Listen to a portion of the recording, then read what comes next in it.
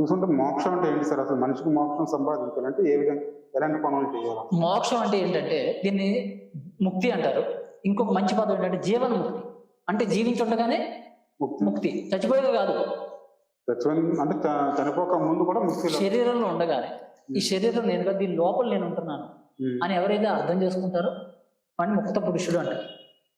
అలాగే ఎలాంటి పరిస్థితులు ఉన్నా కూడా అంతరంగంలో ఎలాంటి దుఃఖం లేకుండా ఉన్నాడు.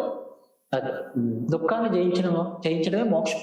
అది కుదురుతున్నా, సాధ్యం అవుతుంది. ఎందుకు ఇప్పుడున్న బిజీ వ్యామనకి అయింది, వీర బ్రహ్మణ స్వామికి అయింది. బిజీ షెడ్యూల్ అనుకుందాం. జనక మహారాజు ఎంత బిజీగా ఉండేవాడు? జనక మహారాజుకి అయింది. శ్రీకృష్ణుడు బిజీ కదా? శ్రీకృష్ణుడు ఏమన్నా ఊరికే తిరిగేవాడా రోడ్డు మీద? శ్రీకృష్ణుడు మోక్షం పొందలేదు. గౌతమ బుద్ధుడు ఏమన్నా బిజీ కదా? చక్రవర్తి, ఆయన మహారాజు, చక్రవర్తి బిడ్డ. మరి ఆయన మోక్షం పొందలేదు. ఎవరైనా పొందుతారు, వాళ్ళు పెట్టుకుంటే అవుతుంది. అదే సాధన చేస్తే అవుతుంది.